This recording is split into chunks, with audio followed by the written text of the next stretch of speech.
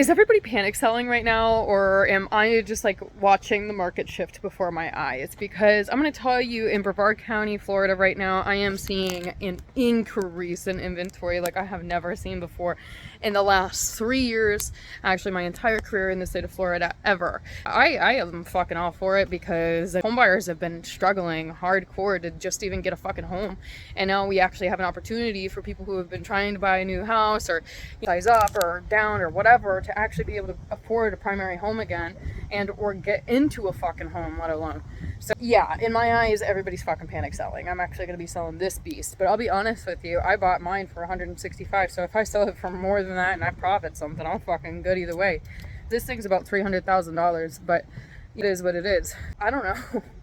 I think what happened is in September 2023, we ended up seeing an increase of inventory. And as everybody knows, when inventory goes up, demand usually, for the most part, starts to come down, right? Because everybody's just kind of fucking fed up or doesn't have the capital anymore. They're going through hardships. But another thing that I've noticed is on top of people either panic selling or panic renting, I'm seeing a lot of people really just having a hard financial time. My tenants, I'm getting more and more emails from them, and all of my tenants were on good terms, and we have it like that because we want to have just very easy time working together with everyone. You know, every now and again we get a bad egg, and when I say bad egg, somebody that's just an eviction case. Essentially, a lot of my tenants have been reaching out to me. Hey, Mickayla, I can't pay rent this month. Hey, Mickayla, I'm having a hard time right now. Hey, Mickayla, all of this is going on. Hey, Mickayla, I worked at a bank and they fired me. Oh, what were you doing? Mortgages? Yeah, they let me go. So this is happening to tons of people. This is not just happening to a few people. 2023, inventory increased over 35% in 1 month.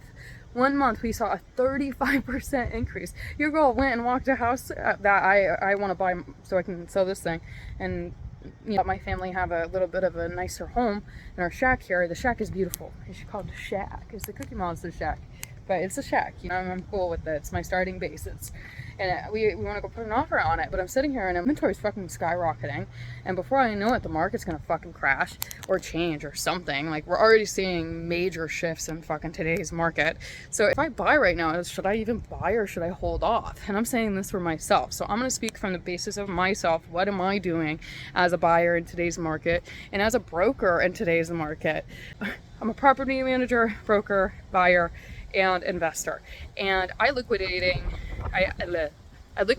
my land. I'll be honest, I felt like I was a little bit of an idiot for doing this, but what I'm going to do is I'm going to take this bad boy and I'm going to end up trying to sell this, and then I'm going to end up, like, worst case scenario, I'm just going to maybe do a creative finance deal on it, but I don't think I'm going to have a hard time selling this at all. But then I'm going to take this large parcel of land that I have behind me, which is over a double lot, and I'm going to divide that, and I'm going to make it so it was when I first bought it, and I'll sell this for the value that it's actually worth, which is up to the 300. And by doing that, I'm actually cutting off the parcel of land that I know for a fact is about to increase as soon as these house prices go down. And prices in the early 2000s, what happened after the crash in the market, is land prices skyrocketed. They fucking went up to almost $100,000 for a quarter, like less than quarter of an acre. And so that's what I'm going to divide that into, is maybe a 0.22 acre to 0.25 acre, depending on what was pre-subdivided when I originally bought it. We combined the two, but I have to redivide, because by me keeping that additional, that additional quarter of an acre tied to this bad boy, I'm actually losing money by doing that. By subdividing it and just putting this thing on for way less than it's actually worth. I'm actually going to list it for maybe $250 because I just want fucking people to come in and buy it.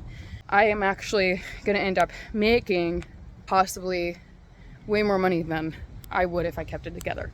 We're talking like over $50,000 worth of profit more by subdividing over a foreseeable 5 to 10 year span. And I mean, once I subdivide it, that the taxes is going to be maybe a couple $100. So it's a very, very small investment.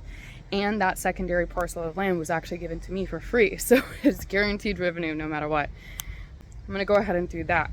Now that's me thinking as a broker, investor, and buyer or seller. Now, buying, I'm going in and I'm asking for full fucking seller concessions. I don't give a fuck who you are. If you have a lien on your property, I am asking you to pay that off in full at the closing table. And anything else that fucking clouds title in any form of way or makes it so I have to deal with your shit, not today, girlfriend, boyfriend, I am actually going to be asking you to take care of all your shit. And then I'm going to go in and through the inspection and the appraisal, I'm going to fucking hammer away at the pricing too, because what the fuck type of market do you think this is? It's starting to become a fair market again. Now, if I was not in a situation where I found this beautiful fucking home that I absolutely fell in love with for the 5th time, that would be more houses, I would maybe wait another year, 2 years, because the market's shifting to the extent where the prices are already falling. Just look around. Look at the news articles. It's there. Look at the fucking MLS statistics. Ask your local broker what's going on in your local market. You'll see just where the current market is for your own area by asking a broker or a realtor. For here, in general, 35% increase. It's fucking nuts. In 1 fucking month, too. It's not like it happened over the span of a year. Now, inventory doubled from September 2022 to 2023, and that in itself was saying something. But September alone, throughout the county of Brevard in Florida, we saw in 1 month a 35% shift. That is nuts. Prices dropping, everything dropping. So just follow the trends, follow the history. It's like the stock market. It goes up and down and up and down and up and down, but long term it goes up. Okay, in the short run of things, anywhere from a couple of years, 5 years, 10 years, you're looking at this, right? Ups and downs and ups and downs. But over like 100 years plus, 20 years plus, it's going up. So it's more like a ding, ding, ding, ding, ding, ding, more. And you might see that sharp boop every now and again, but that's like for the extreme markets that we saw during this time, and I'm gonna just come out and fucking say it, and I'm gonna be real with you guys. But for one, I'm gonna say 2 things.